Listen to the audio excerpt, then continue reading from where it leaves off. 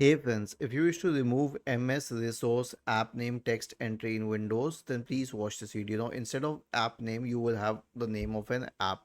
So let us assume that the name of this app is, let's say VLC. Okay, just for the sake of this example. So you can check this text and then you'll find out which app it is by checking this name.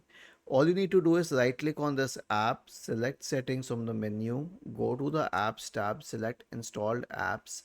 Okay, and then search for this app here. Click on these three dots here and uninstall this app. Don't worry, we can reinstall it later. Okay, next, uninstall. This problem will be fixed. Once it is fixed, click on finish, restart your computer, then search for store. Give preference to Microsoft Store while installing the app if it is present here, because that's the best way to install the app. Now search for VLC and hit enter, and then go to VLC and click on install. Was this helpful? If yes, then please subscribe to the channel. If not, then let us know in the comment section of the video on how we could help you further. Thank you for watching this video and have a nice day.